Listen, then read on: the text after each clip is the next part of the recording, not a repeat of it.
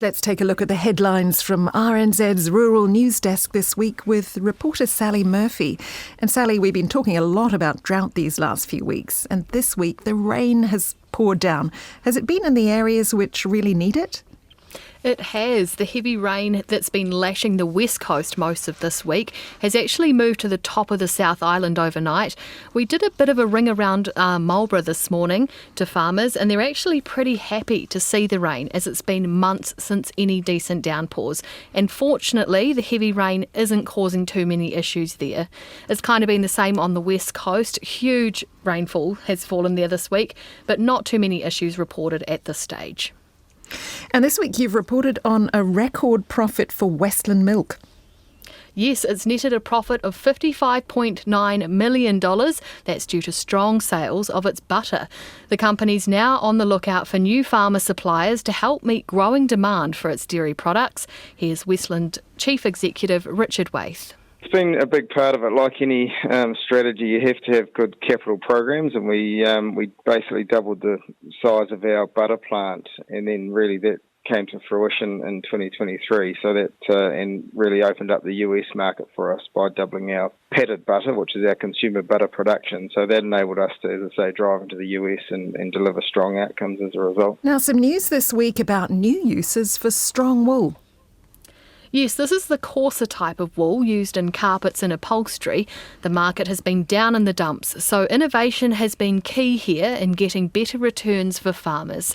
A company based in Christchurch, Woolsource, has made some technological breakthroughs, allowing strong wool to be made into powders and pigments. It's already making lipstick with the Karen Murrell brand, using pigment from wool keratin. We put in a call to Woolsource's Chief Executive, Tom Hooper, to find out more. All of the carriers that carry colour globally pretty much are petrochemical compounds, and they don't break down. Because of the way we do it and the fact that we use wool as our particle base, we have 100% bio content and we're 100% biodegradable. And yes, it means we're now competitive in those fields. When it all came together, it was a good day. Tom Hooper told us they want to build a production factory in the near future, which could be scaled up with the support of their large clients. He's pretty excited to have a project that could use up to 20% of New Zealand's strong wool clip. Wow, that's amazing. The government's taking another look at freshwater farm plans, Sally. It is. It's reviewing the current system, which it says is too costly, complex and too broadly applied. Freshwater farm plans were introduced back in 2019 for basically every farm that has over 20 hectares in pastoral use to help improve environmental outcomes. Some regions have already begun rolling out the plans, but Associate Minister for the Environment, Andrew Hoggard, says the government isn't happy with them. The one thing I've found talking to numerous groups sort of coming into the role was whichever group I talked to, it seemed to be a completely different understanding of what's required or what they're supposed to be doing or what they can't do. And it just seemed like actually we've got to get everyone on the same page. So, I mean, part of that may be that there is a pause just while we get everyone on the same page. Now, also this week, warnings over threats to productive land.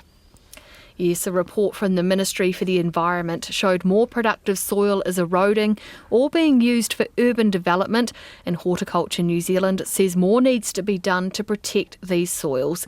The report suggested a reduction in productive land around Auckland and Waikato could raise fruit and vegetable prices by up to 58% over the next 20 years. Now, Federated Farmers is celebrating news of a probe into rural banking. That's right. The lobby group did a survey a year ago which found farmer satisfaction with their banks was at an all-time low, and the number of farmers reporting they had come under undue pressure from their bank was at an all-time high. Among the concerns, farmers paying much higher interest rates than their urban counterparts. So it's been announced there'll be a Parliamentary Select Committee investigation into rural banking, and Fed Farmers says that's a positive first step. To the wine harvest now, Sally, and it's wrapped up early this year in Marlborough. It has. It's been one of the earliest ever finishes for many growers. The hot, dry summer saw fewer bunches and smaller grapes, with volumes down by about 20%. Some other news from the wine industry. Cloudy Bay Winery is set to double its Pinot Noir production after buying a farm in Otago. About 18 hectares of the farm beside Lake Dunstan will be planted in the Pinot Noir variety. Cloudy Bay's technical manager, Jim White, says it's exciting times. The altitude's about 320 metres, which is quite a little bit higher than our Northburn vineyard, and we think that's going to be perfectly suited because it'll be a little bit later ripening. Wine style will be slightly different to what we currently get, and we think it'll really complement our current vineyard holding. But also thinking forward, as we've got a warming climate, it's going to be a little bit later ripening, so it sort of hedges our bets against climate change. Jim White says it will be about 8 years before vines mature and grow enough quality grapes to produce a premium export Pinot Noir. Now, Sally, you've got some news on the rural real estate market. Yeah, it's been pretty quiet. New data from the Real Estate Institute shows in the 3 months ended February, there were 104 fewer farm sales than in the same period the year before. That's a 32% drop. However, prices are up, with the median price per hectare for all farms sold in the same period just over $28,000, an 8.5% increase compared to last year. Now, just finally, Sally, there's been a development in the area of agricultural training. There has. There's going to be a complete overhaul of food and fibre qualifications. This is because the number studying in the area has been declining in recent years. The review will be led by Muka Tangata, that's the People, Food and Fibre Workforce Development Council. It'll involve all agricultural qualifications outside of university, including level 2 and 3 courses done at high school. Thanks, Sally. That's Sally Murphy with the Rural News Wrap. You're listening to Country Life on RNZ National 101 FM.